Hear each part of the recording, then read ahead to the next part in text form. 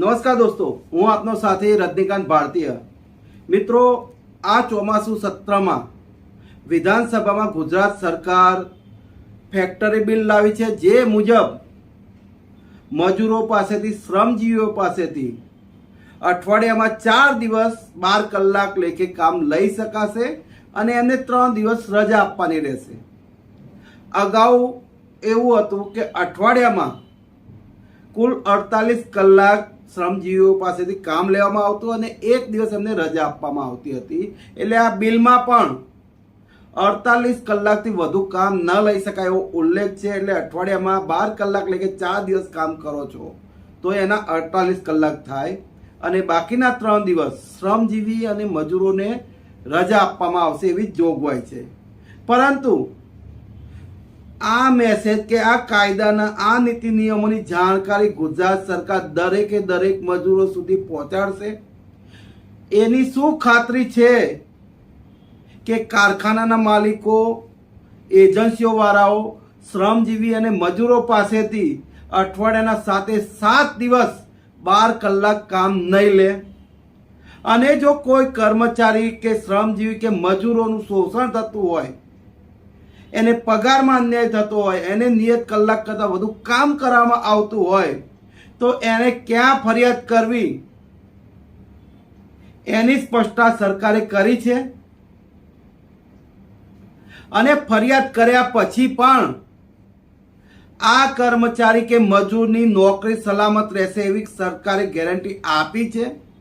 કારણ કે ભૂતકાળમાં એવું થયું છે કે સરકારના દવાખાનાઓમાં જ આઉટસોર્સિંગથી ફરજ બજાવતા કર્મચારીઓને એજન્સીઓએ બોનસ નથી ચૂકવ્યું, એમના પગાર કરતાં ઓછું વેતન ચૂકવ્યું છે એવી ફરિયાદો જ્યારે કર્મચારીઓએ કરી છે, સરકારને કરી છે, કમિશનરને કરી છે, ત્યારે સરકારે કે કમિશનરે આ કર્મચારીઓને રૂપિયા તો પાછા નથી અપાવ્યા કે એજન્સીઓ વિરુદ્ધ તપાસ પણ નથી કરી. પરંતુ એનાથી વિપરીત ભરૂચ અને ભાવનગર જિલ્લાના સરકારી દવાખાનાઓના કર્મચારીઓને એજન્સીઓએ નોકરીમાંથી કાઢી મૂક્યા.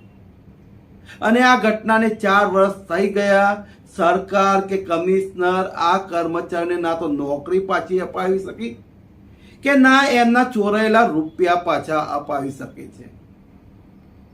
ત્યારે જ્યારે ખુદ સરકારી કચેરીઓમાં જ કાયદાનો અને નિયમોનો ભંગ થતો હોય ત્યારે ફેક્ટરી માલિકો, કંપનીના માલિકો અને એજન્સીઓના માલિકો એનું ઉલ્લંઘન નહીં કરે એની ખાતરી શું?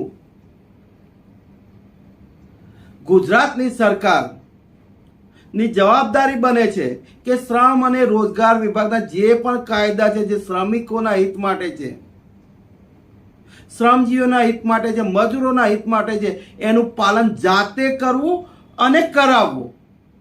પરંતુ એનાથી વિપરીત ગુજરાત સરકાર જ આ કાયદાઓનું, નીતિ નિયમોનું ઉલ્લંઘન કરી મજૂરોનું, શ્રમજીવીઓનું શોષણ કરી રહી છે. પરંતુ જ્યારે ગુજરાત સરકાર બંધારણની જોગવાઈઓનું ઉલ્લંઘન કરીને ગરીબ યુવાનોનું શોષણ કરવા માટે ફિક્સ પગાર, કોન્ટ્રાક્ટ, આઉટસોર્સિંગ, માનદ વેતન અને ઇન્સેન્ટિવ જેવી નીતિઓ લાવતી હોય ત્યારે એ મજૂરોના કાયદાઓનું પાલન કરશે કે નહીં એની ગેરંટી કે એની અપેક્ષા આપણે રાખી શકીએ નહીં. ત્યારે આજના વિડીયોમાં ગુજરાત સરકાર દ્વારા જ કાયદા અને નીતિ નિયમોનું કેવી રીતે ભંગ થાય છે અને ગરીબ યુવાનોનું કેવી રીતે શોષણ થાય છે એની આપણે વાત કરવા જઈ રહ્યા છીએ. ત્યારે તમામ લોકોને વિનંતી છે કે આ વિડીયોને ગુજરાતના તમામ મજૂરો સુધી પહોંચાડો.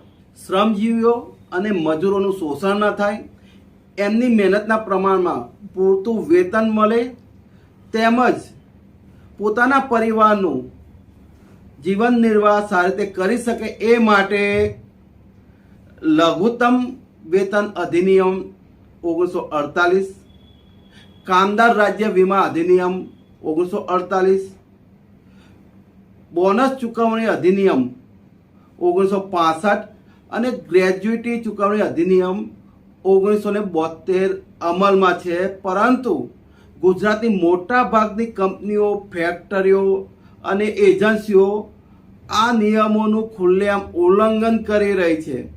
ઘણી જગ્યાએ કર્મચારીઓને, શ્રમજીવીઓને, મજૂરોને લઘુત્તમ વેતન પણ ચૂકવાતું નથી અને સરકારના અધિકારીઓને અથવા સરકારને આ બાબતે ફરિયાદ કરવા છતાં પણ કોઈ કાર્યવાહી થતી નથી કે મજૂરોના હક માટે યોગ્ય પગલાં લેવાતા નથી, જેના કારણે સામાજિક કાર્યકરો મહિપતસિંહ ચૌહાણ અને અમારા પરમ મિત્ર લખનસિંહ દરબાર જેવા યુવાનો મેદાને પડ્યા છે અને ઘણી કંપનીઓ અને ફેક્ટરીઓમાં કર્મચારીઓને, શ્રમજીવીઓને લઘુત્તમ વેતન ચૂકવાયું છે, બોનસ ચૂકવાયું છે, પરંતુ આ જવાબદારી સામાજિક કાર્યકરોની નથી, સરકારની બને છે. પરંતુ ગુજરાત સરકારની જ ઘણી કચેરી અને સંસ્થાઓમાં નિયમોનું ઉલ્લંઘન થઈ રહ્યું છે. અરે જ્યારે ખુદ સરકાર જ આ નિયમોનું ઉલ્લંઘન કરી રહી છે, એની આપણે વિગતવાર મુદ્દાસર વાત કરીશું. વર્ષ 2015થી ગુજરાત સરકારના દવાખાનાઓ એટલે કે સામૂહિક આરોગ્ય કેન્દ્રો, પ્રાથમિક આરોગ્ય કેન્દ્રો, સિવિલ હોસ્પિટલો, જનરલ હોસ્પિટલોમાં વર્ગ 3 અને વર્ગ 4ની સેવા આઉટસોર્સિંગથી લેવાનું સરકારે નક્કી કર્યું અને એ જ વર્ષે ગુજરાત સરકારના શ્રમ અને રોજગાર વિભાગ દ્વારા આઉટસોર્સિંગ કર્મચારીઓ માટે આદેશ કરવામાં આવ્યો કે આઉટસોર્સિંગ કર્મચારીઓને લઘુત્તમ વેતન ચૂકવવું, બોનસ ચૂકવવું, પીએફ જમા કરાવવું તેમજ ઈએસઆઈસીની સેવા આપવી. એમ છતાં એજન્સીઓએ શ્રમ અને રોજગાર વિભાગના આદેશોને ઘોળીને પી ગઈ અને કર્મચારીઓના બોનસની રકમમાં ચોરી કરી ગઈ. એ સમયે મોટા ભાગના કર્મચારીઓના ઈપીએફ ખાતા નહોતા ખોલાવ્યા અને ઉપાડ અને વહેંચણી અધિકારીઓ દર મહિને 4% લેખે ઈએસઆઈસીની રકમ એજન્સીઓને ચૂકવતા હતા. આ રકમ પણ એજન્સીઓ ચાઉ કરી ગઈ અને મોટા ભાગના આઉટસોર્સિંગ કર્મચારીઓના ઈએસઆઈસી એકાઉન્ટ ખોલાવ્યા નથી, જે અત્યારે પણ યથાવત છે. અત્યારે પણ ઈએસઆઈસી એકાઉન્ટો નથી ખોલાવેલા અને ઈએસઆઈસીની 4% રકમ એજન્સી બારોબાર હજમ કરી જાય છે અને જેના કારણે રાજ્યના મોટા ભાગના આઉટસોર્સિંગ કર્મચારીઓ ઈએસઆઈસીની સેવા લેવાથી વંચિત રહી ગયા છે અને આટલા મોટા પ્રમાણમાં પોતાના હકના રૂપિયામાં ચોરી થતી હોવાની આઉટસોર્સિંગ કર્મચારીઓએ અનેક ફરિયાદો મુખ્ય જિલ્લા આરોગ્ય અધિકારીઓ, કલેક્ટરો, આરડીડીઓ, કમિશનર અને મુખ્યમંત્રીશ્રીને કરી હોવા છતાં પણ કોઈ કાર્યવાહી થઈ નથી કે આ કર્મચારીને રૂપિયા પાછા મળ્યા નથી.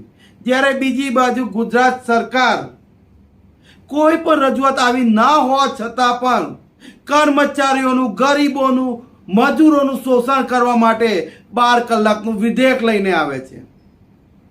ત્યારે ગુજરાત સરકારની મેલી મુરાદ અને ગરીબ યુવાનોને ગરીબ જ રાખવાની, એમના નિયત કલાકો કરતાં વધુ કામ કરાવવાની અને ઓછું વેતન ચૂકવવાની તેમજ એજન્સીઓ અને કારખાનેદારોને એમના પગારમાં ચોરીઓ આપવાની જે મેલી મુરાદ છે એ ખુલ્લી પડે છે.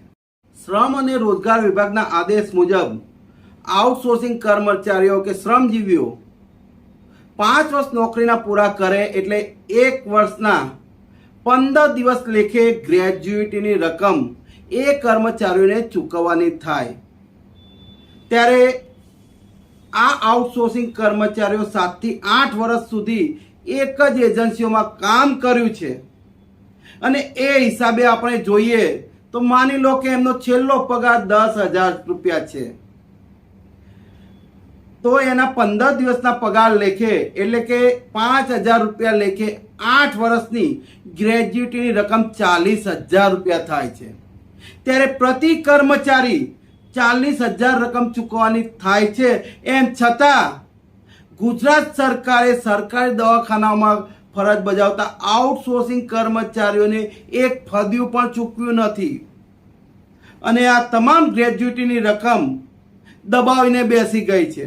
હવે ઘણા એમ કહેશે કે આ રકમ તો એજન્સીઓને ચૂકવવાની હોય, તો બિલકુલ સાચી વાત છે, એજન્સીઓને ચૂકવવાની હોય, પરંતુ એજન્સીઓને ગુજરાત સરકારના નિયમો પ્રમાણે ફક્ત મહેનતાણું જ ચૂકવાય છે. ટીડીએસની રકમ પણ એજન્સીએ પોતાના ખિસ્સામાંથી ચૂકવવાની હોય, એની જગ્યાએ ગુજરાત સરકાર જો ટીડીએસની 2% રકમ એજન્સીઓને આપતી હોય, ત્યારે ગ્રેજ્યુટીની રકમ પણ ગુજરાત સરકાર એજન્સીને આપે અને એજન્સી કર્મચારીઓને ચૂકવે. પરંતુ એજન્સીઓના કોન્ટ્રાક્ટ પૂરા થયે લગભગ 2 વર્ષ જેટલો સમય થઈ ગયો, એમ છતાં એક પણ કર્મચારીને ગ્રેજ્યુટીના નાણાં નથી મળ્યા. દોસ્તો, 2020માં સમગ્ર વિશ્વ કોરોનાના ભરડામાં હતું અને આપણો દેશ પણ એમાંથી બાકાત નહોતો. અને એવા કપરા સમયે આરોગ્ય વિભાગના તમામ કર્મચારીઓએ, એ આઉટસોર્સિંગ કર્મચારીઓ હોય, નેશનલ હેલ્થ મિશન RBSKના કોન્ટ્રાક્ટ કર્મચારીઓ હોય કે પછી કાયમી કર્મચારીઓ હોય, પોતાના જીવના જોખમમાં મૂકીને એમણે કોરોનાની કામગીરી કરી છે, કોરોનાના દર્દીઓની સેવા કરી છે. અને જેના કારણે દેશના વડાપ્રધાન નરેન્દ્રભાઈ મોદી એમનું કોરોના વોરિયર્સ તરીકે સન્માન કર્યું હતું. અને આપણે પણ થાળીઓ વગાડી, મીણબત્તી પેટાવી કે તાલીઓ પાડી અને આ કોરોના વોરિયર્સનું સન્માન કર્યું હતું. હેલિકોપ્ટર મારફતે એમના પર પુષ્પ વર્ષા કરવામાં આવી હતી. પરંતુ આ જેવો કોરોનાનો કાળ પૂરો થયો, એવા જ ગુજરાત સરકાર આ કોરોના વર્ષની કામગીરીને ભૂલી ગઈ છે.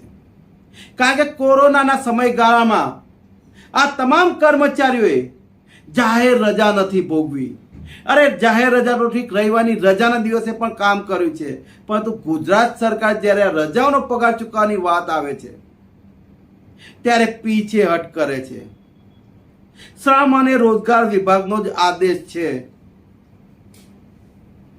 અને અત્યારે જે નવું વિધેયક ગુજરાત સરકાર લાવી એમાં પણ ઉલ્લેખ છે કે 48 કલાક વધુ જો કોઈ શ્રમજીવી કે મજૂર કામ કરે તો એને એટલા કલાકનો ડબલ પગાર ઓવરટાઈમ પેટે ચૂકવવો પડે. પરંતુ ખુદ ગુજરાત સરકાર જ એ નિયમો, એ કાયદાઓને ગોળીને પી ગઈ છે. કારણ કે આઉટસોર્સિંગ કર્મચારીઓએ કોરોનાના સમયગાળામાં રવિવારની રજા અને જાહેર રજાઓમાં 130 દિવસ વધારાની કામગીરી કરી છે. તો નિયમ મુજબ આ તમામ કર્મચારીઓને ડબલ પગાર એટલે 260 દિવસનો પગાર, 260 દિવસનો પગાર ગુજરાત સરકારે ચૂકવવો પડે.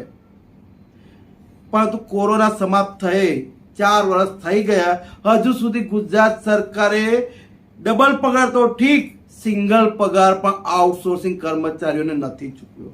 એટલે ટૂંકા શબ્દમાં કહીએ તો ગુજરાત સરકારે મફતમાં વેઠ આ ગરીબ આઉટસોર્સિંગ કર્મચારીઓ પાસે કરાવી છે. એવી જ રીતે નેશનલ હેલ્થ મિશનના અને RBSKના કર્મચારીઓને પણ 130 દિવસનો પગાર ચૂકવવાનો ઠીક, 1 દિવસનો પગાર પણ ગુજરાત સરકારે ચૂકવ્યો નથી.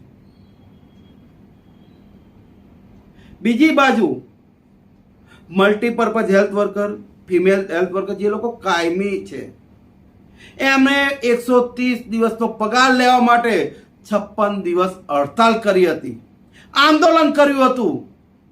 કારણ કે હકના રૂપિયા છે, કોઈ ના છોડે.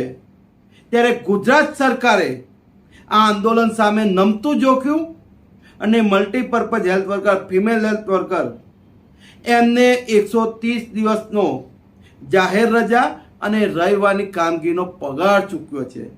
તો જો સરકાર કાયમી કર્મચારીઓને 130 દિવસનો પગાર ચૂકવતી હોય તો ફાર્માસિસ્ટોએ પણ 130 દિવસ પગાર કામ કર્યું છે. અને આ બાબતે અનેક રજૂઆતો પણ સંગઠનોએ કરી છે કે કોરોના વોરિયર્સ એવા ફાર્માસિસ્ટો જેમણે જાહેર રજા અને રવિવારે કોરોનાના સમયગાળા દરમિયાન કામગીરી કરી છે, તો 130 દિવસનો પગાર ગુજરાત સરકારે હજુ સુધી ચૂકવ્યો નથી. તો શું ગુજરાત સરકાર એમ કહેવા માંગે છે કે તમારે તમારા હકના રૂપિયા જોઈતા હોય તો આંદોલન કરવું પડશે? અને આ ગરીબ કર્મચારીઓના આ કોરોના વર્ષના રૂપિયા ગુજરાત સરકાર દબાવીને બેઠી છે. બીજી બાજુ જાહેરાતો કરી રહી છે, ગતિશીલ ગુજરાત, સંવેદનશીલ ગુજરાત. તો ક્યાંક એવું તો નથી ને કે આ ગરીબ શ્રમજીવીના રૂપિયે તમે જાહેરાતો કરો છો. આમ ગુજરાત સરકાર જ એમની કચેરીઓમાં નીતિ નિયમોનું પાલન કરતી નથી, ત્યારે કારખાનાવાળા અને ફેક્ટરીઓના માલિકો કર્મચારીઓ પાસે ફક્ત 4 જ દિવસ 12 કલાક કામ કરવાના 3 દિવસ રજા આપવાના નિયમનું પાલન કરશે કે કેમ એની શંકા છે. ગુજરાત સરકારના જ આરોગ્ય કેન્દ્રો પર આ હાજરી પત્રકો છે. આઉટસોર્સિંગ કર્મચારીઓને 30 દિવસ કામ કરાવાય છે, એક પણ દિવસ રજા આપવામાં આવતી નથી. ત્યારે મને ખાતરી છે કે ફેક્ટરીના માલિકો અને કંપનીઓના માલિકો અઠવાડિયાના 7 દિવસ ગરીબો અને શ્રમજીવીઓ પાસે 12 કલાક કામ કરાય એમનું લોહી ચૂસશે અને પગાર માત્ર 48 કલાકનો જ આપશે. ત્યારે આ તમામ સંભાવનાઓ અને અત્યારે જે મેં પુરાવો રજૂ કર્યા એના આધારે સરકાર, અધિકારીઓ કે કંપનીઓ ગરીબોનું ક્યારેય હિત નહીં જુએ, મજૂરોનું ક્યારેય હિત નહીં જુએ અને એમનું શોષણ કરશે. ત્યારે આ બિલનો વિરોધ કરવો બિલકુલ જરૂરી છે. ત્યારે ગુજરાત સરકાર ભલે કહેતી હોય કે એનાથી શ્રમજીવીઓ અને મજૂરોને ફાયદો થશે, પરંતુ આ બિલને હું ગરીબો, શ્રમિકો અને મજૂરોનું લોહી ચૂસનારા બિલ તરીકે જોઉં છું અને એનો ખુલ્લેઆમ વિરોધ કરું છું. જય હિન્દ, જય ભારત, જય સંવિધાન, જય જોહાર.